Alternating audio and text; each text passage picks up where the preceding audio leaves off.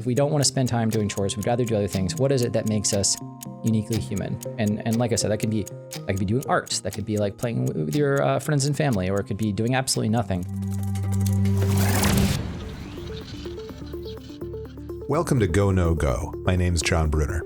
This is a podcast about design, manufacturing, engineering, and the calls that can make or break great products.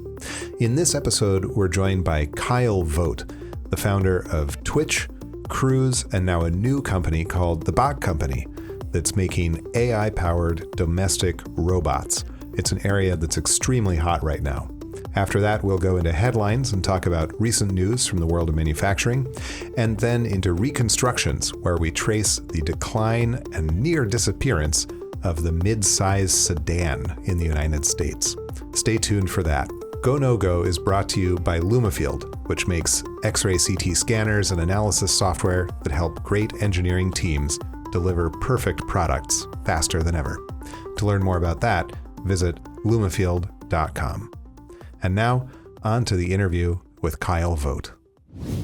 Our guest today is Kyle Vogt, three-time founder of Twitch, Cruise, and a new company called the Bot Company. Great to have you on. Yeah, thanks for having me. Are you just a three-time founder, or was there like a company you founded when you were 6 years old that no one asks about? Yeah, it depends how you count them. I was definitely always interested in entrepreneurship growing up, and then doing Justin TV, which became Twitch. There were like other companies that splintered off of that. So I've gone through this journey many times now. So 3 times is an understatement. Three big ones, we'll call it that. Awesome. So tell us a little bit about the trajectory here. Twitch, classic, lucrative software, online software business. Then you got some idea to pivot into the physical world and do like really, really hard stuff. And you're still doing that now at the Bot Company. So what is it that drew you to that? I'm an engineer at heart. I really like going after tough challenges. And, now Twitch is this great advertising business and became this subscription revenue business for creators. But at the time, this was before the iPhone, and we wanted to create a reality TV show where this guy named Justin could put his whole life on the internet. And so we had to figure out how to get, a multi-megabit video stream working on like cell phone networks before any of this was really possible. And so that was the challenge that drew me into it. And then it kind of turned into a, video streaming giant platform and a video game centric thing. But I just like the challenge. And then, with self-driving cars and now with home robots, both of these things are things that I think, we want. We've seen them in sci-fi movies. Like you grow up dreaming about these things. And I'm a believer now that most things that feel like sci-fi, if you grind on something for 10 years straight or like a full decade, you can make it happen. And so once I realized that or thought that was even possible, I became addicted to these hard problems. When you founded Cruise, how did you know that was the time to get into self-driving cars? I guess the short answer is you don't know. And I didn't know. What I saw was that, I had worked on similar technology back at MIT when I was an undergrad, and it felt way early then. Like we'd take a pickup truck and bolt a server rack in the back, and this is clearly not, ready to be a product yet. But when I looked at the cost of sensors coming down, the cost of compute coming down, the sort of nascent adoption of AI to power these systems, it kind of seemed like if you squint, you could maybe see that in the next few years, like these products would be possible. And what I've learned since is that's the exact time to take a shot at something, because by the time it's obvious, it's consensus and there's no really reason to go into it. You'll have like 50 competitors. Can be commodified. That's right. And so, for self-driving, it felt like a little bit early, but just on the realm of possible. And that was the thing that made me go for it was that chance that now is the time. In retrospect, was that the right time, or when would you time machine back and create a self-driving car company now? Yeah, that's a really interesting question. I think we pulled it off, but we were probably a little early. We had to raise a ton of money. I mean, if we hadn't been acquired by General Motors, it might have been hard to make it to the point where we actually deployed driverless cars on public roads. And the answer might be that like now or a few years from now is actually the best time to start a self-driving company, because the regulatory environment is still kind of a mess. The self-driving cars from the first era have these giant, spinning LiDARs on them. They're still very expensive. And so I feel like, with technology that we have now, the kind of stuff we're using in the Bot Company is probably the right time to actually be going after self-driving now that all these foundational technologies have been laid out. Right. Do you think it's on a trajectory to just become kind of like a a background technology that no one notices anymore. Like people talk about this with AI, that it's, AI is whatever is like right around the corner. And if you were to show something that we have now to someone 5 years ago, they'd be astonished. Is the same thing happening with self-driving? Is it just going to get sort of subsumed into the fabric of all cars, and we won't remark on it, won't talk about how it's a self-driving car? I sure hope so. I mean, what I saw with self-driving is that a lot of people were apprehensive about going on a ride for the first time. And you think maybe it's going to take them, several rides or even months to get accustomed to this new way of moving around, and the idea that, you're trusting a driver that you can't even see. There's no one sitting there. And it actually took about 3 minutes for people to go from, I don't even think this is real. There's probably some person hiding up there in the corner, like behind a curtain, driving the car, to staring down at their phone. It takes like 3 minutes. And so I think people adapt. These days, we see new technology, we try it out, we adapt like almost instantly. Yeah. And so for self-driving, I think the biggest barrier is just a lot of people haven't tried it yet. And once they do, I think it will be completely normalized, and we'll kind of forget it's even, the marvel of engineering that it is. I've taken a lot of people in self-driving cars in San Francisco for the first time, in cruise cars as well as in Waymo cars. And it's a funny experience. There's like shock at first. And then you realize that it's the most mundane driver you can possibly imagine. It's like safer than any human Uber driver you've ever experienced. We used to call it brilliantly boring. And I think that was like the best description of it, and the intoxicating part of something like that is like getting people to use it and try it. And then, realize that something that, again, only existed in their head as a sci-fi concept can actually happen. And that's super cool. Are the tools getting so easy that you think anyone can basically create a self-driving car platform now? Like, will all the big automakers just kind of have a small department that does it and gets over the hurdle? Or is this still going to be a really extraordinary, horizon technology for a while? It's still pretty hard. And there are many reasons for that. The first and foremost being that like safety is really important. And, it's one thing to make a AI powered product like a demo or something. It's another to have essentially the nines of reliability you have to be out there, to be trusted, and to, operate at the level regulators and the general public would expect. And so that's often where the big divide between like a startup working on something and having a proof of concept versus something you can actually deploy commercially is all that extra work to handle like all the edge cases. And that's where, if it's 1 unit of effort to create a demo, it's like 100 units of effort to make it commercially ready. And so polish off all the corner cases. It's just a lot. There's just a lot to be done. And so I don't think it's quite at the point where it's commoditized. And so I do think because of the level of investment involved, I think there'll be a handful of companies that are willing to put up that much investment and really get really good at this. And the rest will probably end up partnering with those companies. So to switch gears just a little bit, I want to get into your new company, Bot Company, or Botco. What do you call it?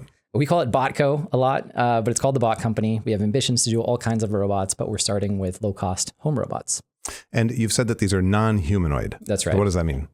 Well, I think, there's this assumption that a robot that lives in your home should look like a person. But if you think about the types of tasks you do in the home and the desire to basically, as a consumer, pay as little as you possibly can for this, very rarely do you come to the conclusion that a full humanoid that mimics a human body and has all these different joints and motors is the right solution to that problem. And so we kind of put away the human assumption for a second and say, what is the simplest, most durable, cost-effective machine we can build that can save you a ton of time around the house? And so what's it gonna do? Well, we haven't put it out there yet. Okay. So generally, I think, in terms of what it looks like, but if you look at the options you have today as a consumer, if you want to do less stuff, there's sort of this hidden tax that we all pay to live in a home, all the upkeep and all the daily chores and the routine that you probably don't even think about it unless you actually sat down and like took note of how you spend all your time at home. And the time that we want to optimize for is hanging out with your kids or watching TV, or we're doing whatever it is that you want to do and not the stuff that you have to do every day, regardless of whether you feel like it. And so that could be everything from, and today all you have is a Roomba. It can vacuum your floors. And then on the other hand, there's what we see in sci-fi, which is Rosie the robot doing everything, cooking, cleaning, and everything in between.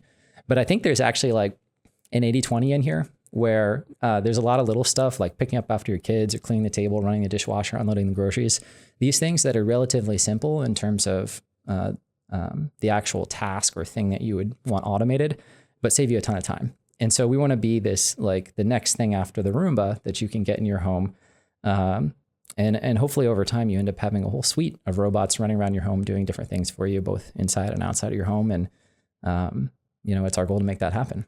A suite of robots is interesting. So you think you'll need different robots for different categories of tasks, or could it be a universal robot that does basically everything you would want a robot to do? It could be either. I don't really know which way that's going to go. I would say like we've seen a couple cases where having a couple robots that work together is actually more effective than one robot that can only be at one place at one time, whatever it is. And so it'll be really interesting to see how that plays out. But I think there are certain things that we want done in our home, whether it's cooking or vacuuming the floors or whatever it is, where a specialized device for that's really good at that one thing is actually quite useful because you do that thing all the time. Mm-hmm. And so it might be that we have a universal robot, but by definition, if it's a universal robot, it's going to be mediocre at most of the things that it tries to do. So the debate is, I think, still open on whether you will have the universal human-like robot or a little fleet of robots that are each designed to do their thing. They have. You see in Rick and Morty where there's that robot that's like all it does is serve butter. Like there's a single purpose thing. Like you might have a ton of those in your home. And it's outstanding at serving butter. Yeah, but probably less depressed than that robot. Right.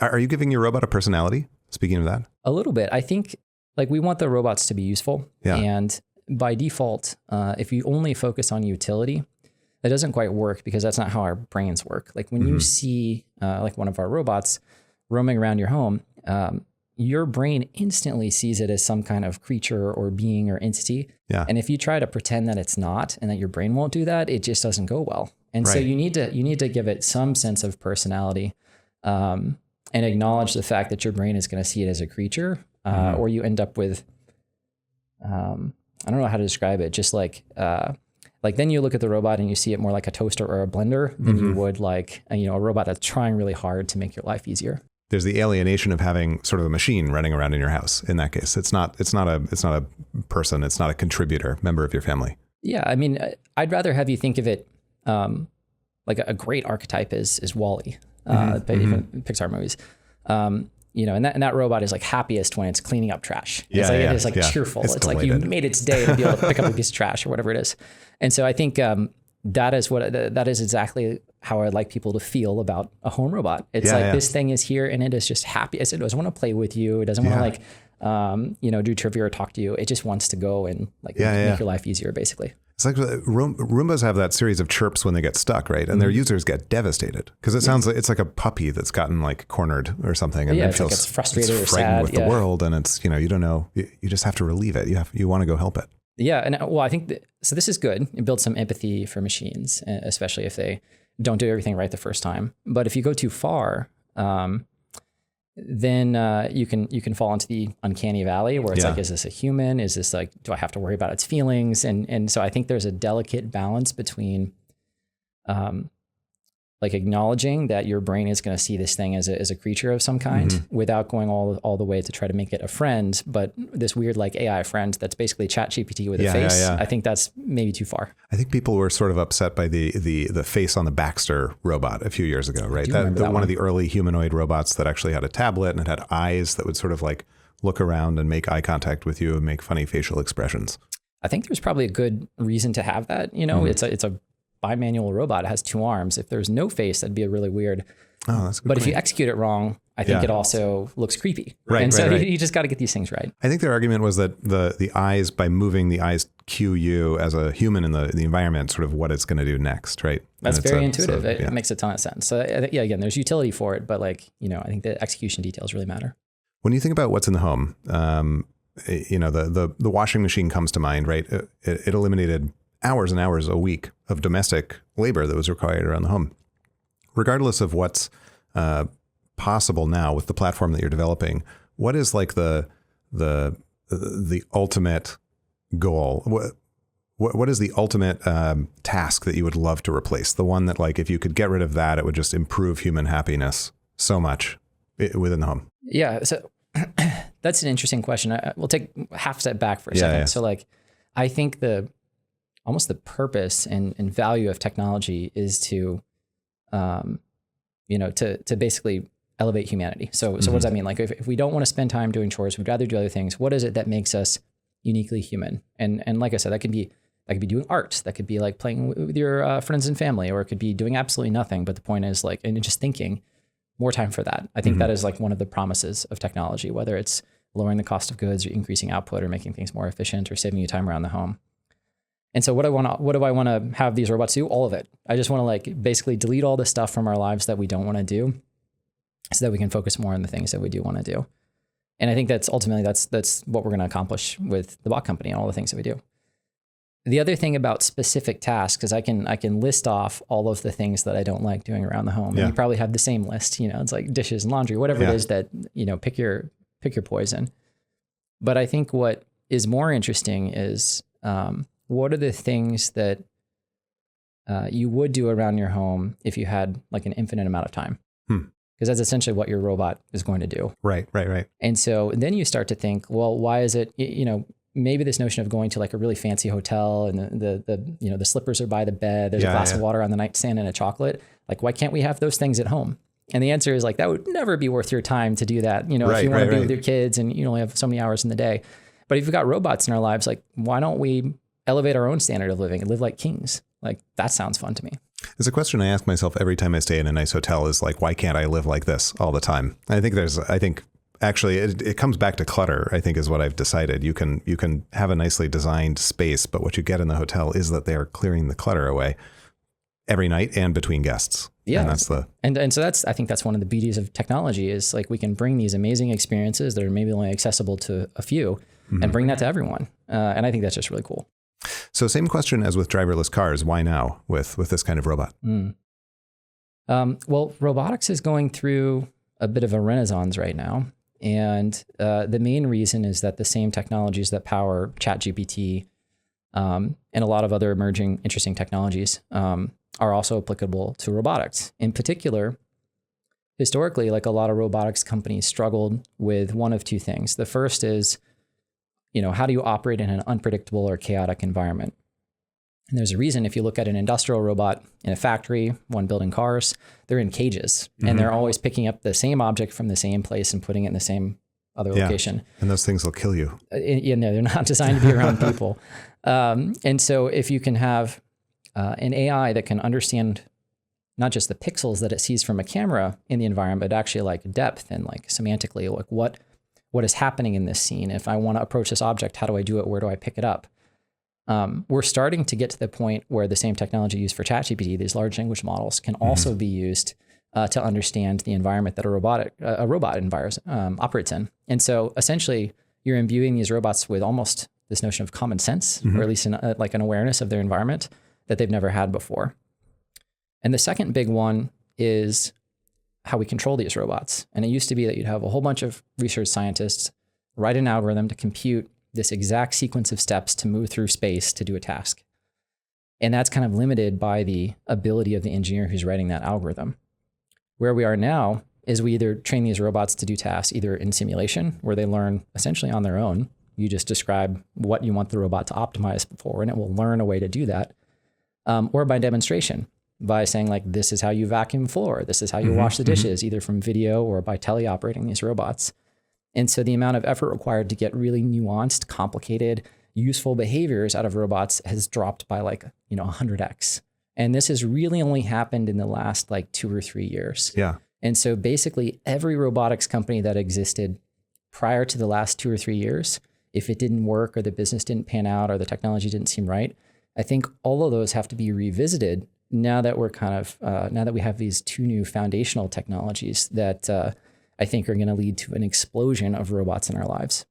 6 or 7 years ago, there was one of those that dominated CES. It was like the thing that everyone was talking about at CES was this laundry folding robot. It was a cabinet. You put your dirty clothes in and it would, unfolded clothes in and it would, in theory, come out of a drawer like 6 hours later, and they wouldn't explain how it happened. And it was all just vaporware. I think so it was a person in a box or something? Yeah, it was a person in a box. There was a rope, I remember, across the front of their booth, and you couldn't cross in and see it. And it was just slowly kind of folding laundry and pushing the drawer out. And I think there was actually nothing going on there, and the company was never heard from again. But it got two of those news cycles out.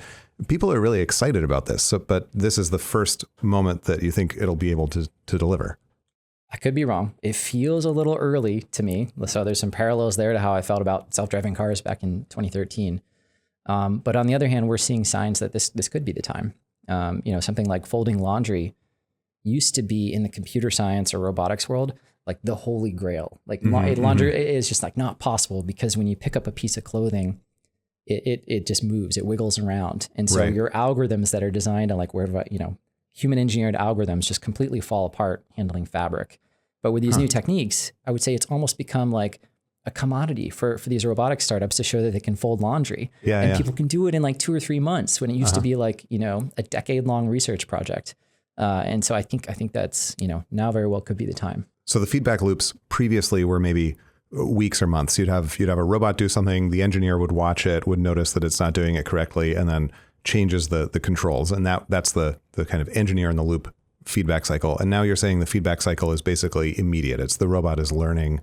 It's internalized that feedback cycle. Yeah. And if you push it to the limits, like the robots we have, you can basically watch the robot try to do a task. And if it struggles or fails, you can correct it. And, within like 60 seconds, it's doing it on its own, like learning from you.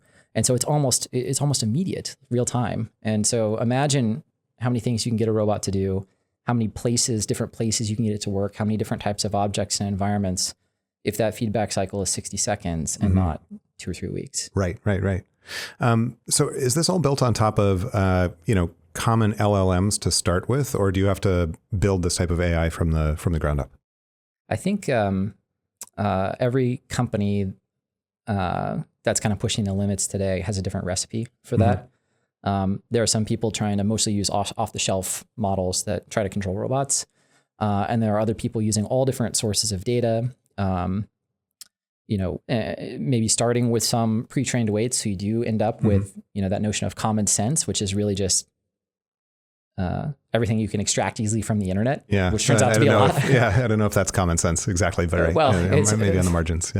Sense of the commons. I don't know, something like that. Yeah. Right. So you get this like general, like a massive database of like objects and understanding, but you don't get fine motor controls from that. So a lot of people are then mixing in that sense of common sense with a whole bunch of examples of how to do real tasks in the real world. And that could come from simulation or from teleoperation or a bunch of other sources.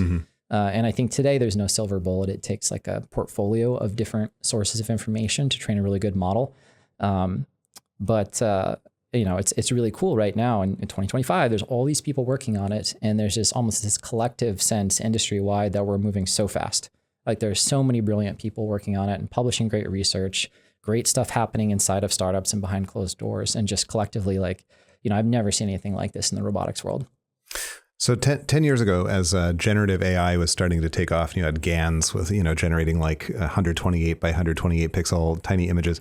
One of the breakthroughs was around images of rooms, inventing images of rooms. They would take, I think it was some researchers at Meta took a database of room images from MLS sites from, Zillow and so on, and trained a bunch of weights that could then reproduce images of rooms with different characteristics, modern room, traditional room, the average of this room and this room is very like sort of algebraic.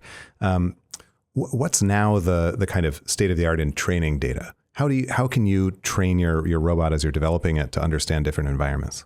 That is a good question. But going back to this room thing, I wonder how the scientists ended up with that being the thing they wanted to solve. Like it's music, generative music has taken off and images of cats and stuff, but like going after rooms would not be top of my... It was very primitive. It was the point maybe 2016 or so when just generating any kind of imagery, really low res images was pretty novel. And I think in that case, if you go on Zillow, you at least know that all of the images are going to be either the inside of a house or the outside of a house. If you try to scrape off of Reddit or something, the images could be anything.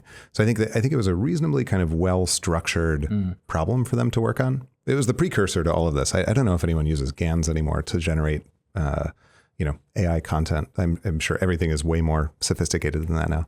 Probably, but I guess my point was more, with new technologies, depending on how they're first deployed, it shapes the trajectory of the rollout and the development. And I'm wondering if that first, the first sort of breakthrough moment was something that like, landed well with pop culture or something. If that would have been pulled forward instead of being 10 years ago, it'd be 5, if people talk. Could have found something more clever. Well, they also did something else that resonated more, which is there was a demo where you could draw anything with a little pencil and it would turn into a cat that fit into that now we're talking outline. Yeah. See, cats economy. On the internet. Yes. We're going back to 20 years. That's great. So for, training robots today and data sets, I think I'd say the table stakes or bread and butter, or what people are doing most commonly, is tele-operating robots. So if you have a robot, an existing robot, and you want to teach it a task, the easiest way to collect training data is to take that exact same robot with the same sensors and everything and have someone demonstrate exactly how that robot should move over time.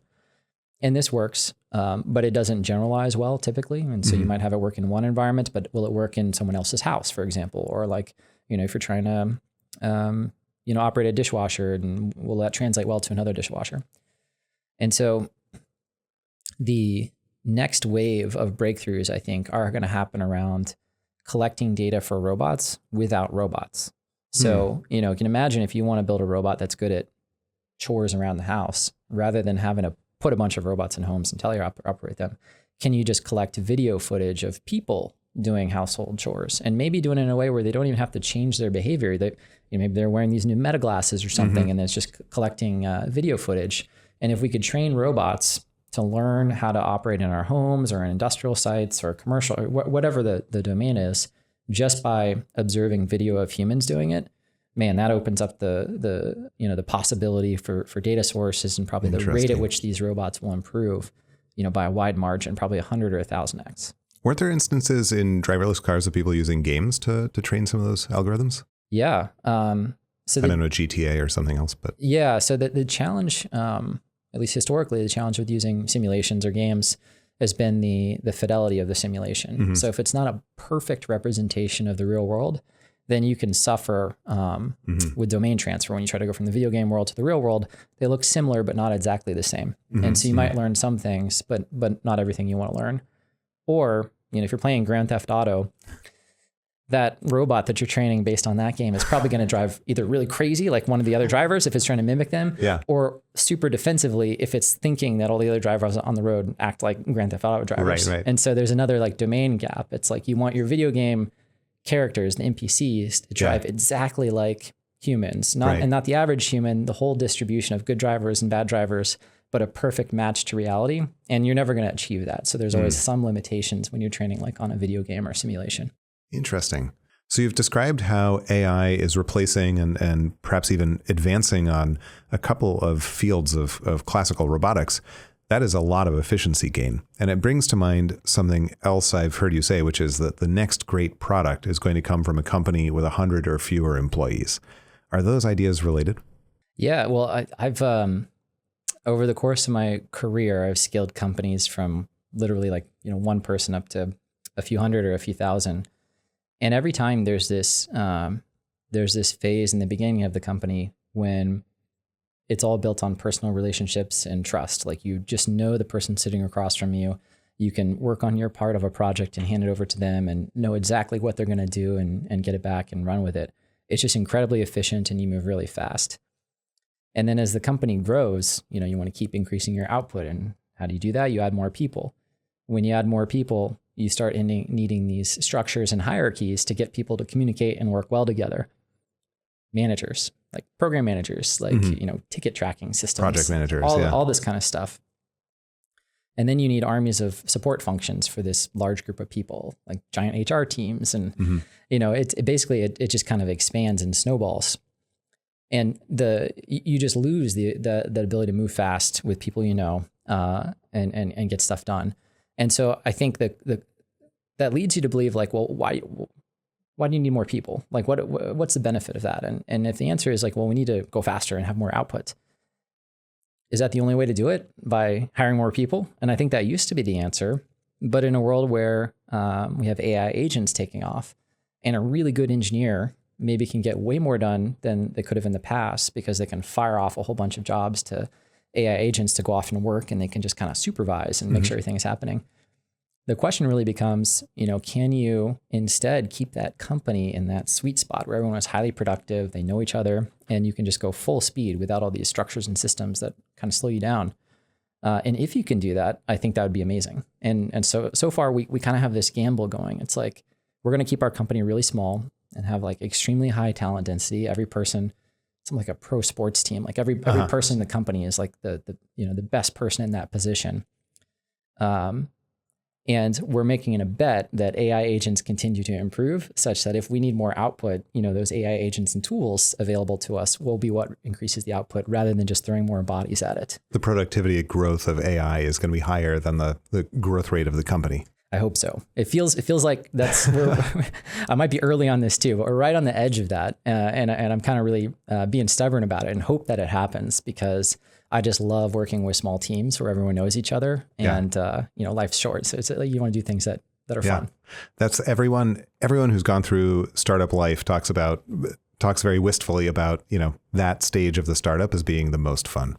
I do think most people don't talk about, and I'm sure you see this going as your company scales.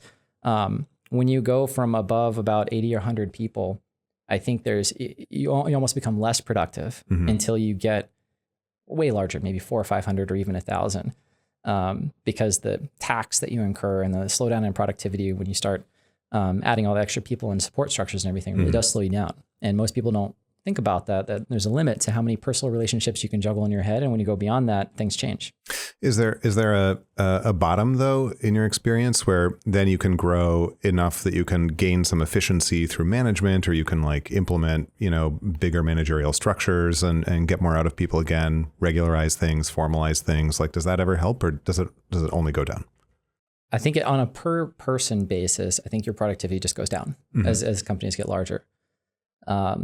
But when a company gets large enough, you overcome that inefficiency on a per person basis just by having a ton of people. And so it's essentially the brute force approach. It's like, you're going to be less efficient than if you're a small team, but you don't have a choice. And so you just kind of keep throwing people at it until in aggregate, this machine, this giant organization of people can outrun, what a small team could do.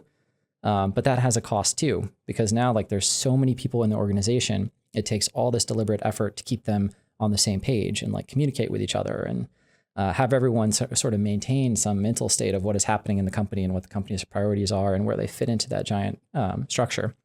And that makes it really hard to change or to adapt or to evolve the company as the world changes around it. And so you can kind of end up becoming more like an aircraft carrier where you've got a lot of energy and a lot of momentum pointed in one direction, and you're almost unstoppable if you're going in that direction. But if you need to do a hard left, you're in for a lot of hurt. Yeah. One of my formative managerial experiences was working on a project maybe 15 years ago with one of the grand old industrial conglomerates of the 20th century. I won't say which one. And working with some of the executives there, and they had to get second party introductions to colleagues. Like, they had to find, if you said, I want to talk to this person in this division, they'd say like, all right, let me figure out who I know who could introduce me to that person so that I can introduce them to you and they can like work with you on this. And it's like, what is the point of being together in a company if you can't even coordinate at the level of like emailing someone out of the company directory and, saying, this is what I'm working on, can you help me? Yeah. I mean, you have to learn a lot of interesting new skills to survive in these kind of corporate, large corporate structures. And it also turns out that the skills or the reward function to make your way up to the top of a company in this giant, bureaucracy or organization are not always, correlated with the company's best interest or output. Right, like they're not, you get promoted. That doesn't necessarily mean because you promoted that person, you're going to get more output as a company. It means you're going to get more of whatever you're optimizing for, that leads to promotions. And so, again, there are so many side effects of these large organizations that if you can stay clear of that and keep the company small and tight, high talent density, and find other ways to scale the output, I think that's what more people are going to be looking towards in the future. Have you thought about what the 100-person bot company of the future looks like in terms of is it mostly like product managers who are kind of feeding requirements and designs into the AI and getting engineering out, or do you still need engineering managers? Do you need a sales team? Do you need marketing? Like where do you think it breaks down? I don't know exactly yet. I think part of that depends on how much each of these different functions you've described matures in terms of essentially how it can be automated. I think a lot of outbound sales and marketing and customer support and these kinds of things are actually like the low-hanging fruit for automation. And so you may not need much of a team, but you probably need, to your point, a product manager or just a general purpose problem solver to be sitting at the helm, kind of directing all these things. Right now, given the state of technology, we still need a lot of really good engineers. And these engineers are, of course, using AI tools to get the most leverage they can and to do a lot of work. But you might be right. Over time, like, I have seen that the capabilities of these coding systems in general started off like they could write little functions and they make a lot of mistakes, or maybe they can just auto-complete a line of code that you're writing. Now you can kind of send them off for 5 or 10 minutes at a time, refactoring code or writing entire files. And depending on what you're doing, it kind of works. You still have to keep a close eye on it, I'd say, today. But that evolution has happened in like 18 months. Yeah. So like we're going to be a year or two from now, it may be the case that even engineers, all of us writing code are kind of displaced, and you really just need a creative person sitting behind a keyboard to fire off a few requests. And that's how products are built. Make me a company, AI. Make me a company, have it build cool stuff. Let me know when you're done. Yeah.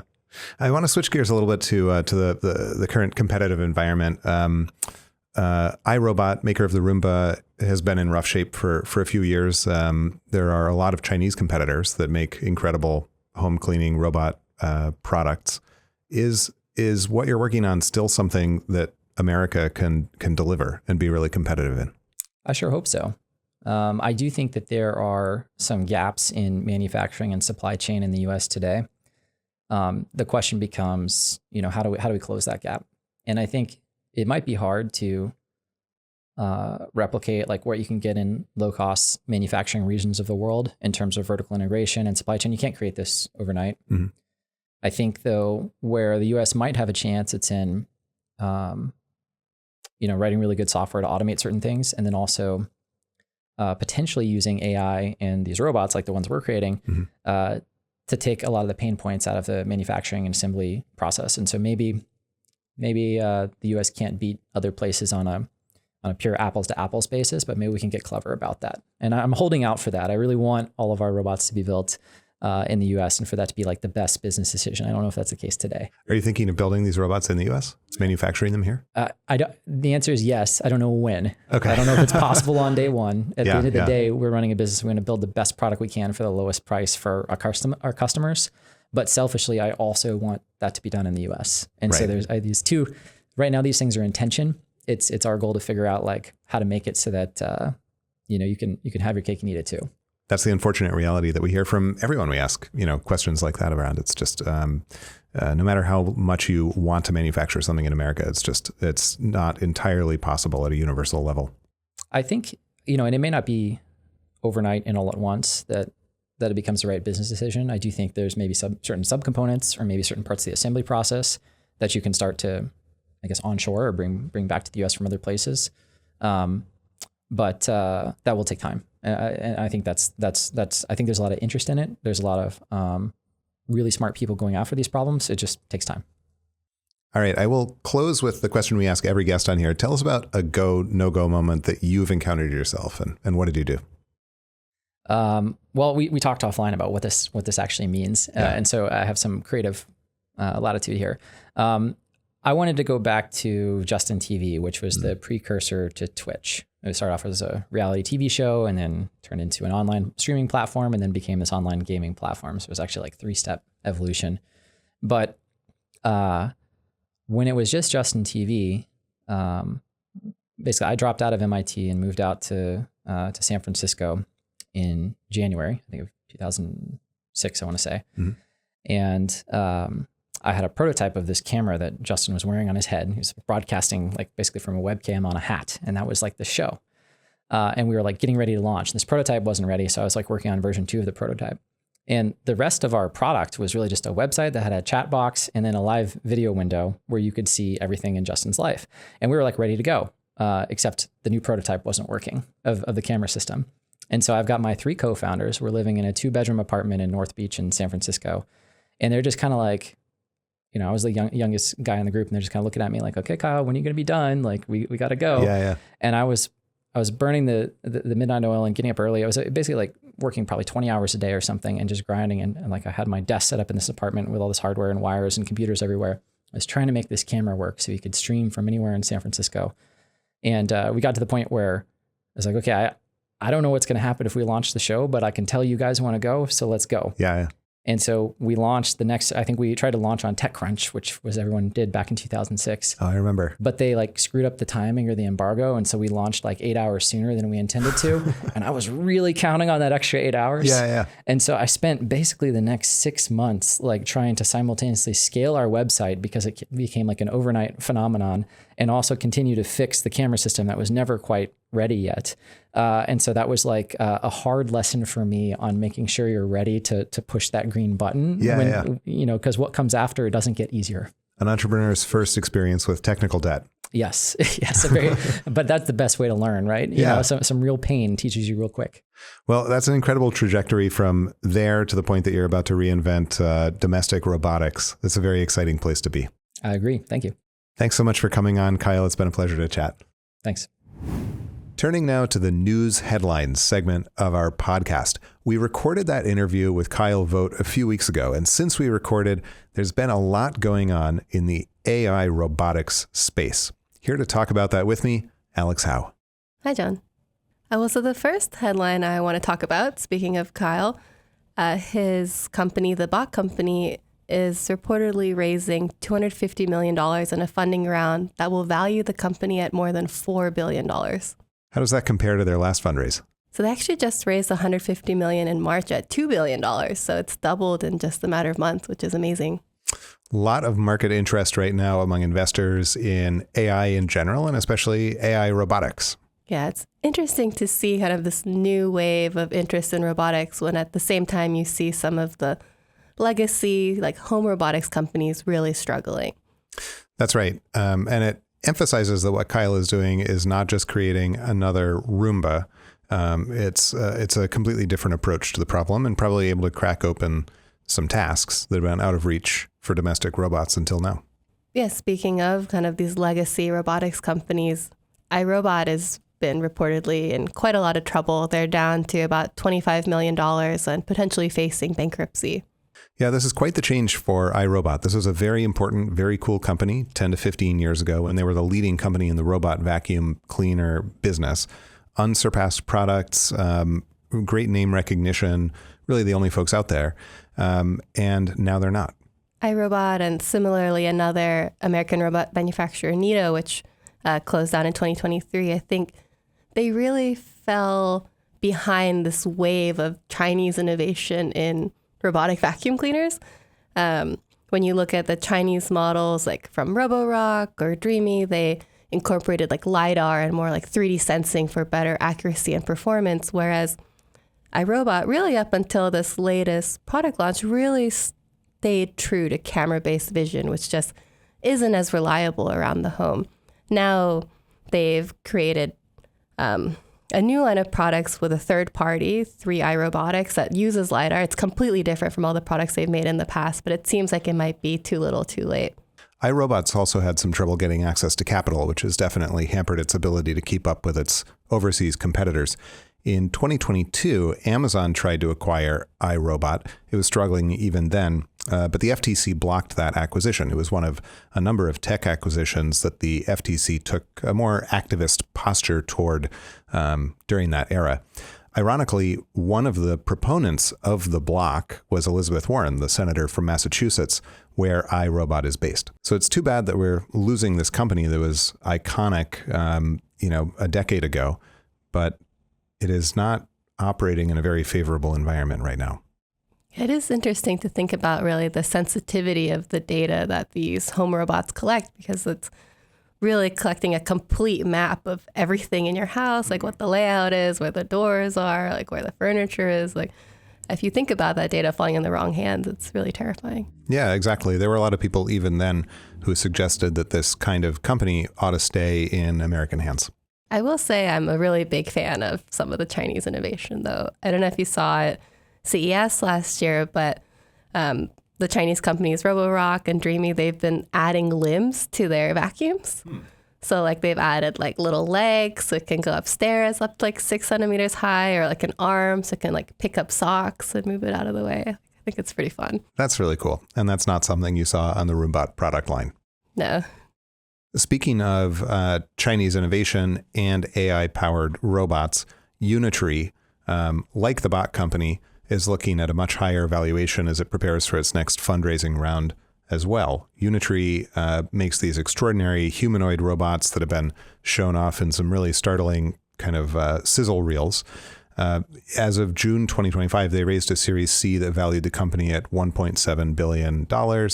But now they're targeting an IPO valued at $7 billion. So again, in about 6 months, the company's valuation has gone up remarkably fast.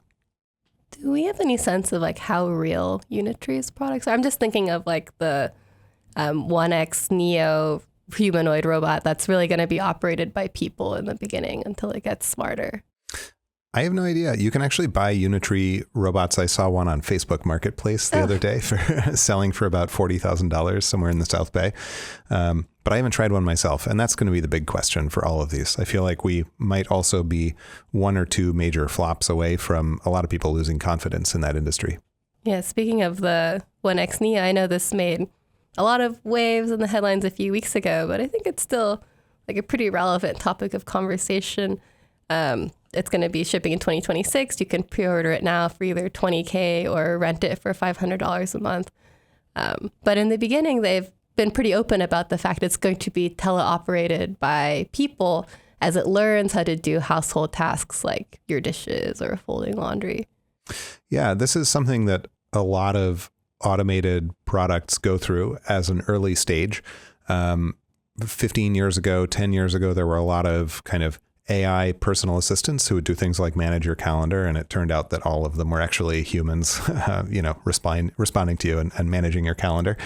I even sometimes wonder when I take Waymo rides, how often the Waymo is controlled by a remote human operator. There are points when it feels like the behavior of the car changes and there might be a human behind the wheel trying to get it out of a tough spot.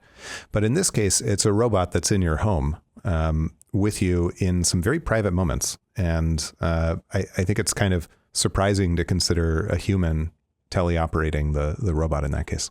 Yeah, it's interesting also because like you can hire people to do those things for you for like a very similar price. That's right. With perhaps less awkward training. Right, because at least you can form a personal connection, right? I think with that kind of robot, is it always going to be the same person teleoperating to your home? Is it constantly a rotating retinue of strangers? Like it's just... That's a really good question. Yeah, if it is teleoperated by different people, then maybe the value of the software becomes the kind of way that it logs your preferences and describes them to the next operator so that they can take them into account. Well, these questions just make it even more interesting to think about what Kyle's robot from the bot company is going to look like. That's not a humanoid robot.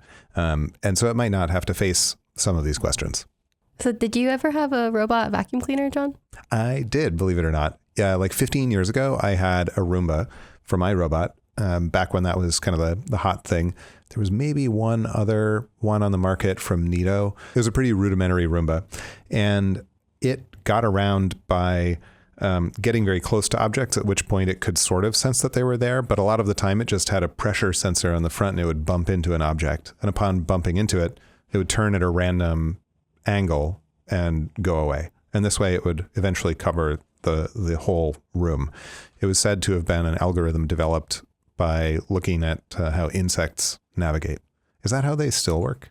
Do they still trace out random seeming patterns across the floor? I think there's different kinds, right? Because the lighter ones, they'll build like a 3D map of your room so that they don't need to build the map that way because they can just sense it all up front. But I actually have a bump one as well that's pretty new. Because reading the reviews, everyone was always complaining about how like they could never get the sensor-based ones to work.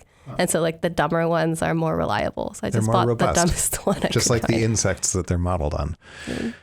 Mine carved these little tiny rings into the legs of a lot of my furniture because it would bump into them the same way every time. And it had an algorithm for going around legs of furniture specifically that involved bumping into it and then turning and trying to sort of trace the circumference of the leg before moving on. So it did that enough on these kind of conically shaped couch legs where it wasn't able to sense that it was about to hit it. So it'd always bump into it and then drag itself around the leg. It carved these little tiny rings. Let's move on to the next headline here. Moving back to wheeled vehicles, you have something from Honda. So Honda recently issued a pretty massive recall for hundreds of thousands of Civic vehicles. And the cause of this recall is kind of humorous in its simplicity. So according to the National Highway Traffic Safety Administration, there was a supplier factory in Italy, and there had been a fence that was separating finished and unfinished products, like a pretty simple kind of sorting divider. It was removed during the installation of some new equipment, and they forgot to put the fence back. So that meant that some unfinished product was mixed with the finished product and was accidentally then installed. This is why manufacturers pay a lot of attention to plant design, right? There's a lot that you need to communicate through the very design of the factory and different ways that you want people and goods to move through the factory and do what they have to do. Mm. In this case, maybe they could have used a few more red and blue plastic bins for the products. Exactly. And so the factory in question is shut down in 2023, so they might have had some other problems as well. Who knows? And they think that fewer than 0.1% of the vehicles recalled may have this defect that can cause the wheels to detach. But since it's such a severe potential defect, they are erring on the side of caution and recalling them all. Definitely one of the scarier defects to encounter. All right, switching into electronics. This is an area that you, Alex, have been writing about and looking into for a little while. You've found another battery defect.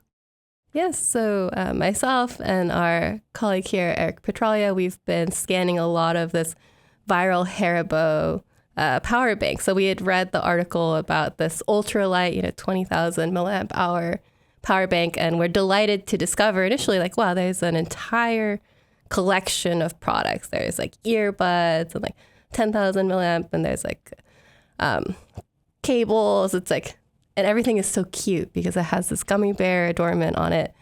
But we were really devastated when we scanned it and found that the batteries across all of these products are really bad, which, you think about the fact it is the lowest price high power bank there is. And you got to imagine there's going to be some trade-off, but there's some pretty incredible like misalignment and missing overhang. So what is the connection between Haribo, the gummy bear manufacturer, and power banks? Yeah, so this is just a licensing deal. So all these products are actually made by Hong Kong DC Global, and they've just licensed the Haribo branding to be able to make these like adorable electronic products, basically. One thing that has come out of our posting, so Eric posted this scans of this power bank online showing, the unfortunate poor quality. And so this power bank is actually no longer available on Amazon. We can't say for sure it's because of our posts, but someone saw some posts and someone yanked the product from Amazon.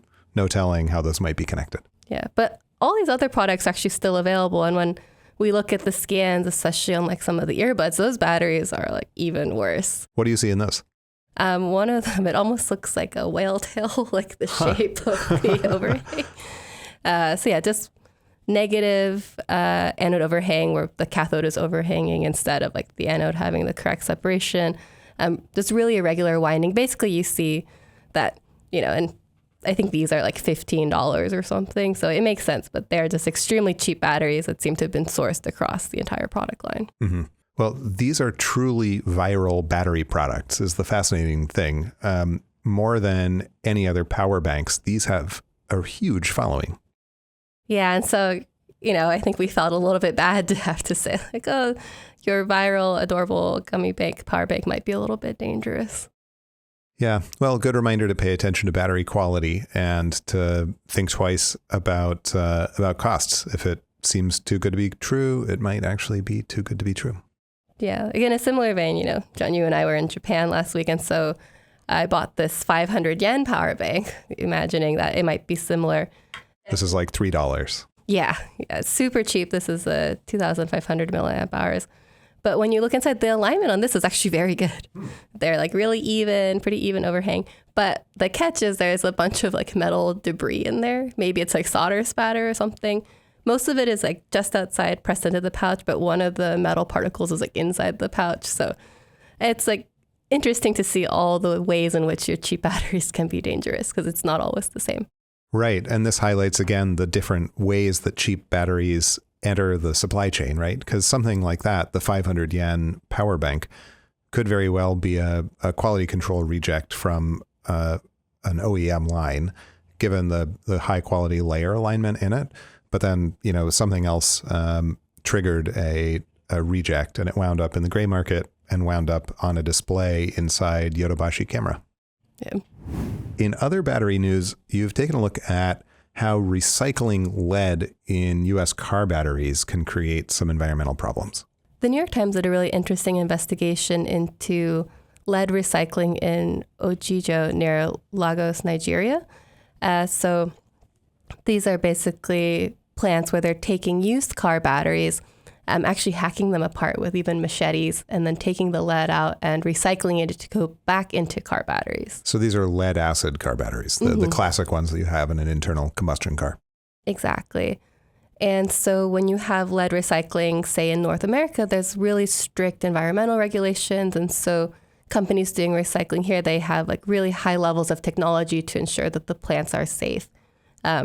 There was a lead recycling facility in Vernon, California that had led to an environmental disaster where they closed the factory. They're still cleaning it 10 years later. And they measured lead in the soil at a nearby school at 95 parts per million. But in this town in Nigeria, the contamination at a school they measured was 1,900 parts per million. And that plant is still operating, kind of spewing lead dust everywhere around the town. So this problem in Nigeria is 20 times worse than what has been considered an environmental disaster by U.S. standards. Exactly. And part of the problem is too, right, when all of this lead then gets consolidated and melted together from different sources, it's not traceable. And so there's not a really strong level of accountability for these plants to do better. Right. At some level, this is the appeal of doing this kind of work in places like Nigeria.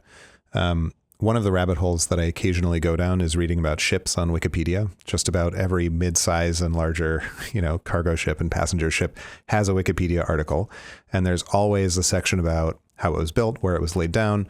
Early 20th century, the UK, Northern Ireland, the US are leaders.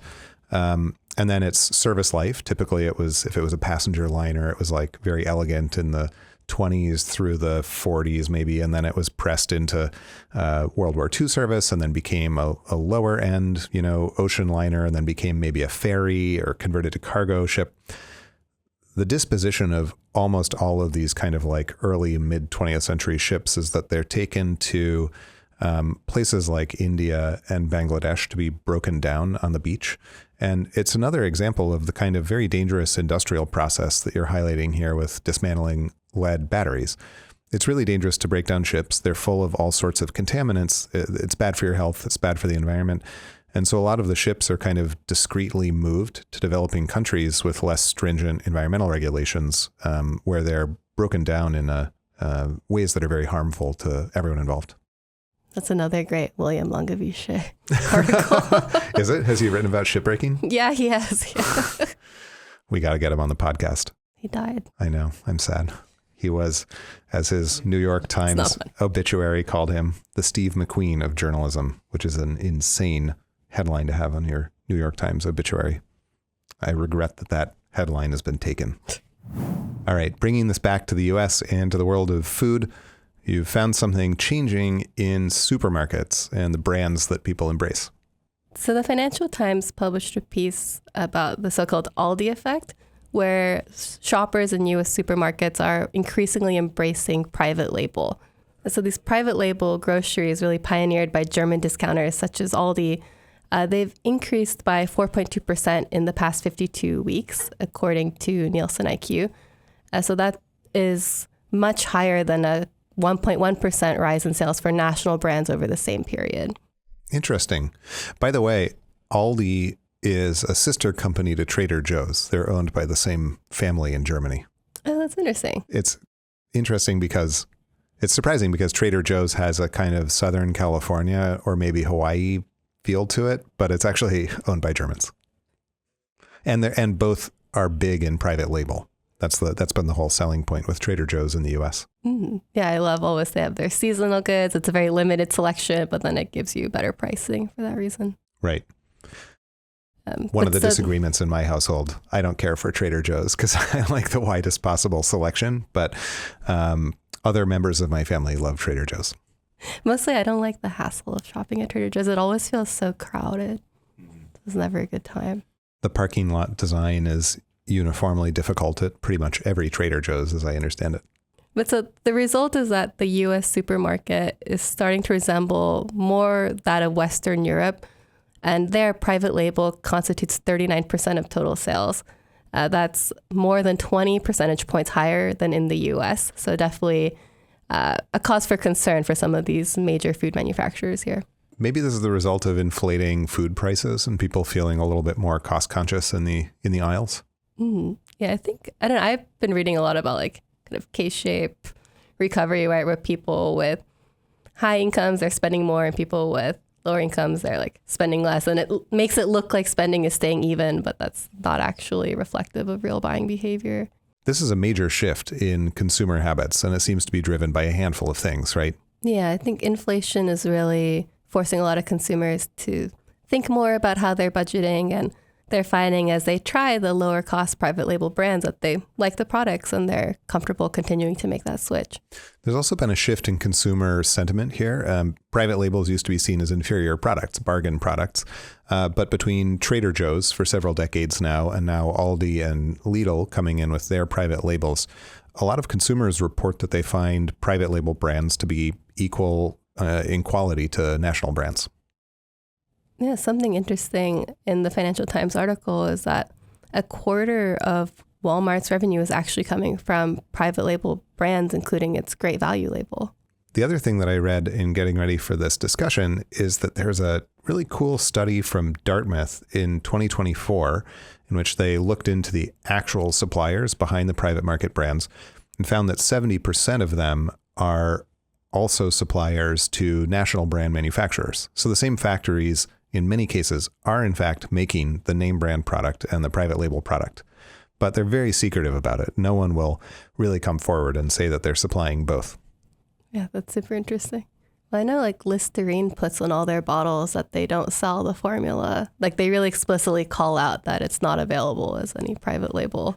That's such an old school, like patent medicine thing to do, exclusive private stock not available anywhere else.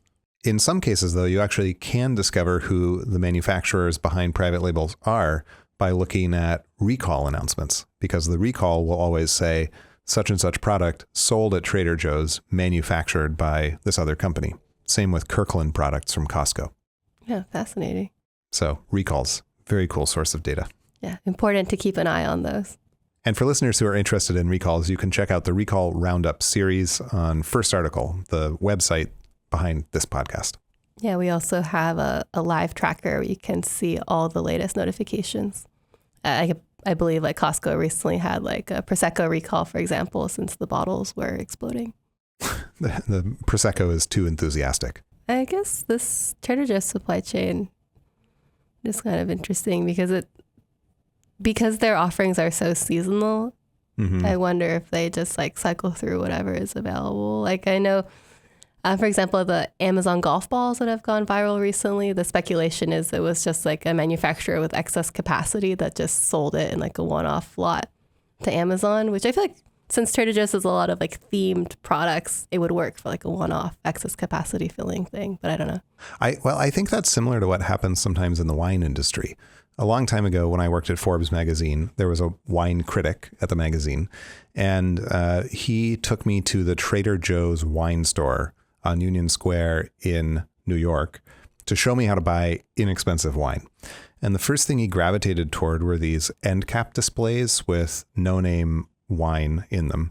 And he said that those were typically the overproduction of famous high-quality wine labels. And so the first time it appears, you want to buy it because it's like, it can be very, very good and very inexpensive. The second time it appears, you don't want to buy it because what'll happen is it'll be the actual, overproduction of some high quality wine. But then if the label takes off, they'll continue the label by just buying sort of, baseline wine on the spot market and continuing to make it. But it's no longer the overage of a really high quality winery. That's so interesting. Yeah, it kind of didn't live up to my hopes of having guidelines for buying inexpensive wine, because you still have to pay a lot of attention to what wine labels are in the store for the very first time and which ones are back for their second year. A lot of my relatives live in northern Italy, and there's like a vineyard that made the wine that Papa Francesco used in the Vatican, and they can only produce so much, but you could, as a local, bring your own like big bottles and fill them with the excess that they couldn't like bottle and sell because of the limited production they were supposed to have. There's just a spigot. Yeah, basically. So they would always have these huge like reusable bottles filled with this very good like excess wine. Incredible. All right, turning now toward Reconstructions, where we take a look at the history of product development and manufacturing. Recently, Alex and I were on a business trip in Japan, and we found ourselves in a sedan, which was kind of a throwback experience. Yeah, it was an incredible, like huge, like black, shiny, kind of vintage feeling sedan. And just, I think we both looked at each other and thought like, wow, this is not the kind of vehicle you see on the road that much anymore. Exactly. I believe it was the Toyota Crown, which is kind of the workhorse taxi model in Japan. Today, we're going to be talking about the decline of the full-size sedan. This was the king of the American road for much of the 20th century and into the 21st, and now they are practically non-existent. The format has been quietly disappearing since the 1980s, but especially since the early 2000s, when they've been replaced in the marketplace by light trucks and compact SUVs. And that decline has accelerated in the last 20 years or so, really the last 10. In 2014, compact SUVs outsold sedans in the US for the first time. One question I've always had is like, is that due to like changing consumer preferences and a desire for more space, or is it something at like a higher level? Because I know that fuel regulations have sometimes benefited larger cars, right? The larger your vehicle is and kind of the less stringent the fuel economy requirements you need to meet. Yeah, exactly. It seems to be a combination of these. As the country has gotten wealthier, people have wanted to buy larger, more capacious, luxurious cars, and they've had the money to do it. And at the same time, as you point out, fuel economy regulations play a role here. Some really large vehicles are more or less exempt from fuel economy regulations, but the rules are less stringent as vehicles get larger. Major unintended side effect of this regulation is now people shop for more of these poorer fuel economy vehicles than ever. It's crazy. I think one thing I've also observed kind of throughout my lifetime is the consolidation of many brands in general. Like I remember growing up, you would see like Saturns and Mercuries and Pontiacs, and kind of each year you kind of hear about one more of these brands that's just like disappearing into the ether. Yeah, it's been a while since you've seen a Plymouth, right? Exactly. Like it seems like when you want to go buy a new car, like everything kind of looks the same. Yeah, cars used to be marketed with very finely graded brands. So under GM, for instance, you had Chevrolet at the bottom, Pontiac, Buick, and Cadillac at the top.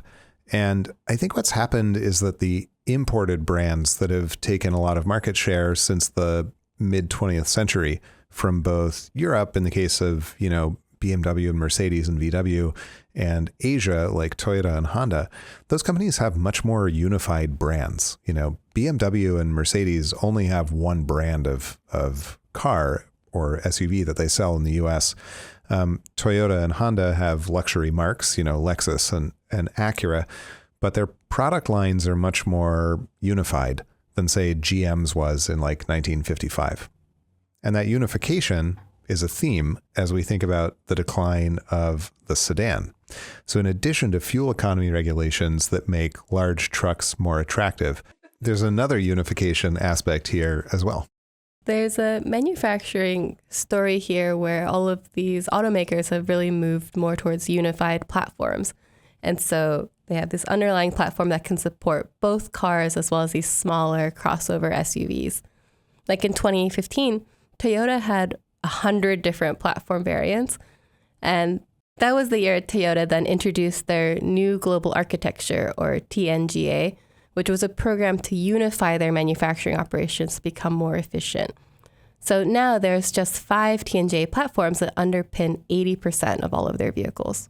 One of the forms of unification here is that the same underlying platform often underlies both a sedan and an SUV.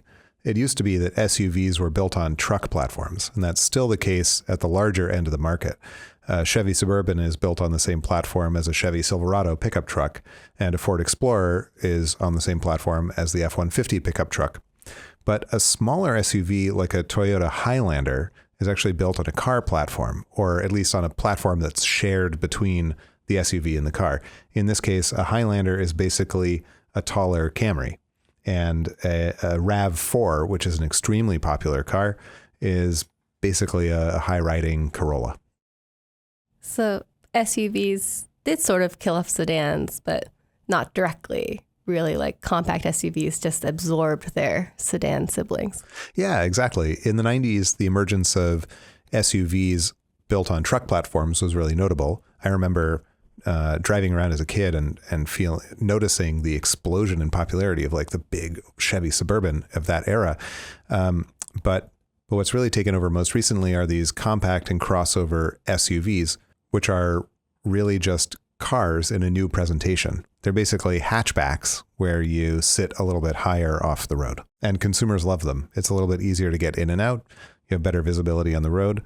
And there's a noted effect where there's kind of an arms race in cars. As other cars get bigger, consumers also want to drive bigger cars because they don't want to feel like they're endangered by everyone else's bigger cars. So everyone winds up with bigger cars. Yeah, I think it also helps the manufacturers be more responsive. Like we see how different plants will start winding down one model to ramp up another just based on consumer demand. That's right. And something that might surprise some listeners is that, you know, the two most popular kind of full-size sedans in the US market today are the Toyota Camry and the Honda Accord, which is my car. I'm very proud of it. The Camry is actually manufactured in Kentucky, although it's thought of as an import. The Accord has for a long time been manufactured in Ohio, though they've announced that they're going to move production of that to make room for more SUV production in their American supply chain. What we're left with, the American Big Three have really scaled back their production of sedans. Ford doesn't make any sedans at all anymore. Stellantis, which used to be known as Chrysler, doesn't make any sedans either, and doesn't make any classic, family sedans either. And in the case of General Motors, the only sedans they have left are a couple of models of Cadillac luxury sedans.